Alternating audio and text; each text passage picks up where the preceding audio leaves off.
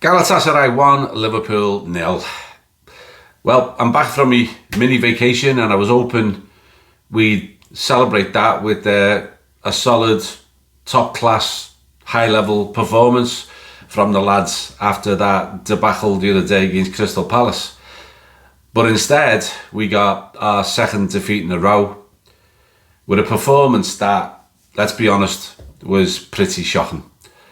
And I'm going to get into that in some detail. But let's start with the starting 11, which I think was the crux to everything that went wrong today. I saw a few fans, when it was announced, expressing concerns about that 11 and how it would all work. And I was one of them. Because when I looked at it, and I assumed when I looked at it that Szoboszlai was going to play at right back with Frimpong pushed up, which is exactly what happened. But having Frimpong pushed up front on the right for the first time, for the full game, no Salah, Szoboszlai then at right back, which meant obviously that Szoboszlai was not in midfield, no McAllister there, no Bradley or Frimpong at right back to overlap. And then in midfield, in a game that was certain to be a battle, because it's always a battle in Turkey, in one of the most hostile environments you can get, we had Gravenberch, and in front of him, we had Curtis Jones and Florian Wirtz. Kerkez, who, let's remember, is 21, was favoured once again over Andy Robertson.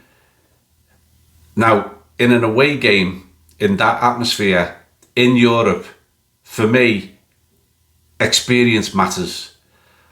And Robbo should have played this game. Now, Kerkez didn't do much wrong. I'll get into performances in a little bit, but Andy Robbo should have played this game. In the middle, Konate retained his place, mainly because we don't have anybody else except for Joe Gomez, who, for some reason, Arne Slot does not trust and hardly ever picks. Up front, Gakpo was once again given a nod on the left, Ekitike in the middle, with Frimpong on the right.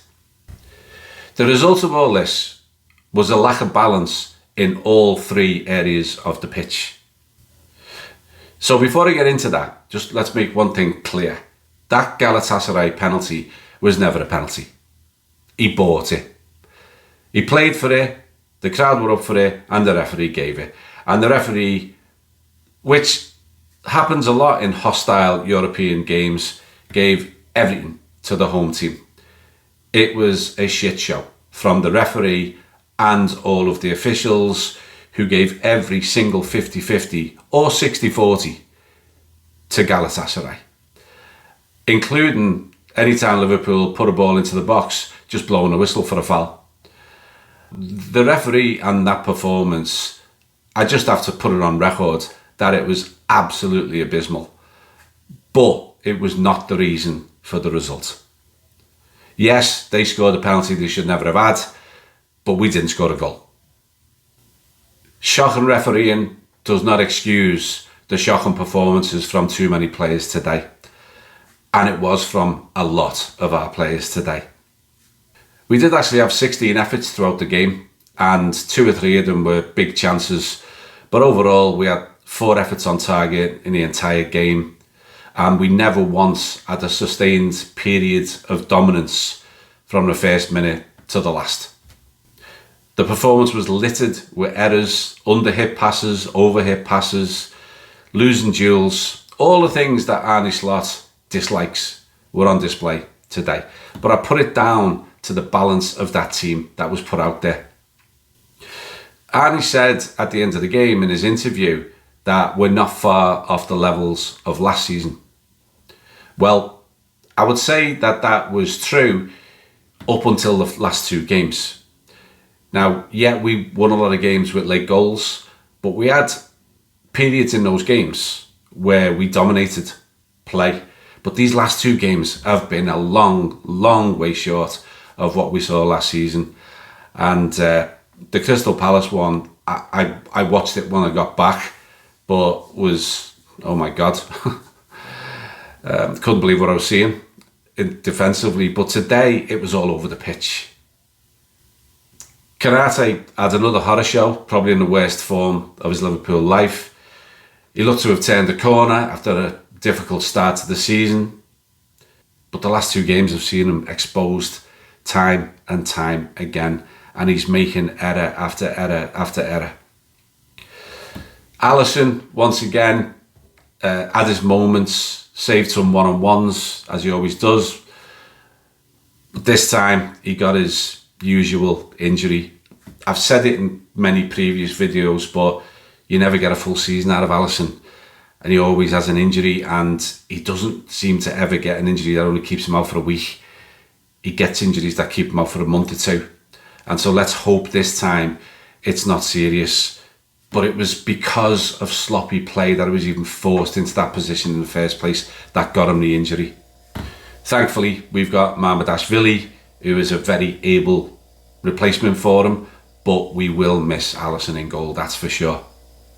So as I say, rather than analyse moments of the game, I thought I'd just analyse the overall team balance and structure and why it simply didn't work today. I'll just go back for a second to Kerkez. Where is the Kerkez from Bournemouth? Has he had that approach knocked out of him by Slot? Because he's not getting forward at all. He's not doing overlapping at all. And what he's been doing is, because he's not getting forward, he's knocking balls in from deep. And it's not a strength. So many times today, he knocked these aimless balls that were either poorly executed or entirely predictable. There was nothing creative about them at all, and Galatasaray just dealt with them with ease. And the overall back line, which is normally at least on the same page, simply wasn't. There was one particular occasion in the first half where we were dicking around with it in midfield, lost the ball, and then it showed you in the replay the back line. And it was a complete zigzag. They were all over the place. There was no back line.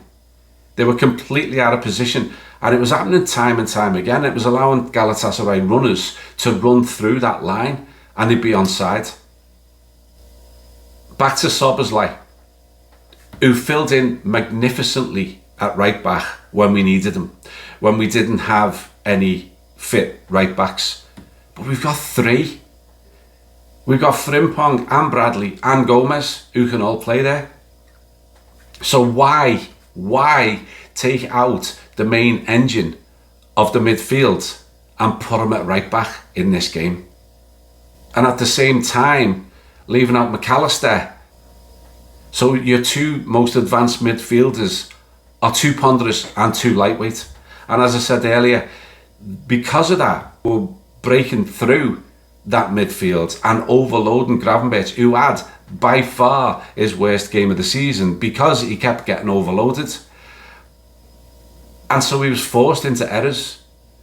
I would say Gravenberch had more errors today in this one game than he's had in the entirety of the season so far combined. And by the way, I'm not particularly picking on Wirtz and Jones here. It's just their game. They play at a slower pace. They're not battle-hardened, aggressive, get-stuck-in midfielders. They play at a slower pace. And you can't do that in Turkey. Florian Wirtz is a magician with the ball, given time. But when he's not given time, and we've seen it since he came into the Premier League, he tends to lose the ball, and he lost the ball a lot today. He did have some moments. In fact, he could have had at least 2 assists, because one he put on a plate for Ekitike, who headed over the bar, and another one he put on a plate for Bradley, who headed over the bar, and I think there was another one as well. But that aside, when put under pressure in that type of atmosphere, he's more of a hindrance than he is being effective. And having him and Jones together wasn't going to work on paper, and it didn't work on the pitch. So onto the attack. Now, one of the comments on my last video that I did was that I had a blind spot when it comes to Cody Gakpo because I call out his effectiveness and his lack of fight. Well, today was another game where he was ineffective and he lacked fight. And he's even worse away from Anfield. At Anfield, he seems to have the confidence to go for it a bit more. In away games, in hostile environments, he's not your man. So I don't think I've got a blind spot against Gakpo. I don't think he is the solution on the left-hand side because I don't think he has the ball. And I'm sorry for calling it out, but I'm calling it as I see it, and we need someone far more aggressive than Cody Gakpo on the left side of that team up front. Once again, he was substituted on the hour because he basically did nothing. He had one effort that rebounded to him that he needs towards the goal that was cleared off the line. But other than that, you tell me, what did he do today? One player I can give some kudos to is Ekitike, who I thought once again was by far our greatest attacking threat. Played some lovely silky stuff. Some of his football is very creative. He broke through one time, almost got it past the keeper, didn't quite, and was at least, you know, and does have the fight and does have the ambition to drive forward no matter where he plays, no matter what game it is. But then a sloppy Szoboszlai pass behind him meant he had to turn and stretch, and he had to come off, and it looked like he might have done his hamstring, which is not good news at all. As for Frimpong on the right, well, first of all, he had no one supporting him because he didn't have a proper wing back helping him out. And so he was quite isolated.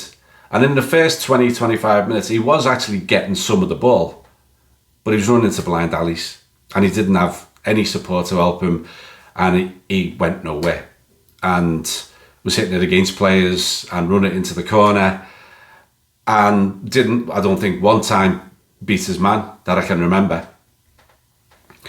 And as the game went on and Galatasaray got more and more into the game, he got less and less of the ball and became anonymous until he was eventually withdrawn and Salah was brought on. So all three areas of the team struggled. They all lacked balance, and the overall display only served to confirm that lack of balance. Misplaced passes, sloppy passes, unable to beat the Galatasaray press in our own half was a big feature as well. Constantly being shut down before even reaching the halfway line and getting it to the attacking players. Then as the game went on, Slot got more ambitious and he put more and more forwards on. On came Isak, on came Salah, but he was pushing more players forward as well. But here was the problem. They were still playing out from the back. So at certain points we had 5 men on the Galatasaray back line, and we're knocking it around at the back and we're not getting it to them. So for about 15 minutes, the front line didn't see the ball at all. I mean, I don't want us to start lumping it up like Stoke or Arsenal, but my God, get the ball to the front men. And we weren't doing it. One particular instance, the board went up 8 minutes of added time, and we had the ball. Mamardashvili had it, and he rolled it out, and he rolled it to the defence, and we knocked it across the defence, and then we knocked it into midfield, and then we knocked it to the side, and then it ended up with Szoboszlai, who knocked it out to Kerkez, who miscontrolled it and fouled their player. In about a minute of play, we'd gone forward about 35 yards and then lost the ball. It was 2 minutes into the 8 before we even got into their half, or something like that. I'll have to watch it back. But no sense of urgency. It was like, what are you doing? Lump it forward. Get runners. Go at it. The poor front line were absolutely starved of service. So, in summary, and I'm sorry I don't have any good news, any real positives, because honestly, there really weren't any that I can see. Let me know if I'm wrong. But it wasn't a display where you can pinpoint one area of the pitch. You know, sometimes you can say the strikers missed their chances, or sometimes you can say the defence had a nightmare. This is a display where it all went wrong because the balance was completely off. And that's down to Arne Slot today. Arne Slot's done some brilliant work since he's been manager. A lot of it tactically in game has been absolutely fantastic, but he got it wrong today. And getting it wrong upset the entire balance of everything from the starting whistle, and we could never get it back. And with that, we lacked the one thing that Arne Slot is renowned for: control. At no time during that game did we control the game. We lacked any semblance of control throughout that game today. But great managers don't always get it right. And he'll have learned a lot from today's display, especially with the display of some of the players he put in specific positions today. Some, such as putting Szoboszlai and McAllister back in midfield and putting Salah out on the right, are obvious, easy fixes that automatically improve the team. Others are more of a concern. The form of Konate, Kerkez versus Andy Robbo, Gakpo anonymity on the left. Where and how does Florian Wirtz fit in to all of this? These are rather more difficult to solve, but we've got the right manager to solve them, and I'm sure that he will. We're going through a blip, but it's a blip that we need to fix, and fix quickly, because next up is an away game at Chelsea before the international break, and we certainly don't want another performance like we've seen in the last two, and we don't want a third game but out to win. So come on, Reds, get it together, analyse what we saw today, and let's be ready for when we go to Chelsea, and let's get back to the Liverpool we've seen over the last 18 months, and let's go and do Chelsea. I'll see you after that one. You'll never walk alone. Cheers. Ta-ra.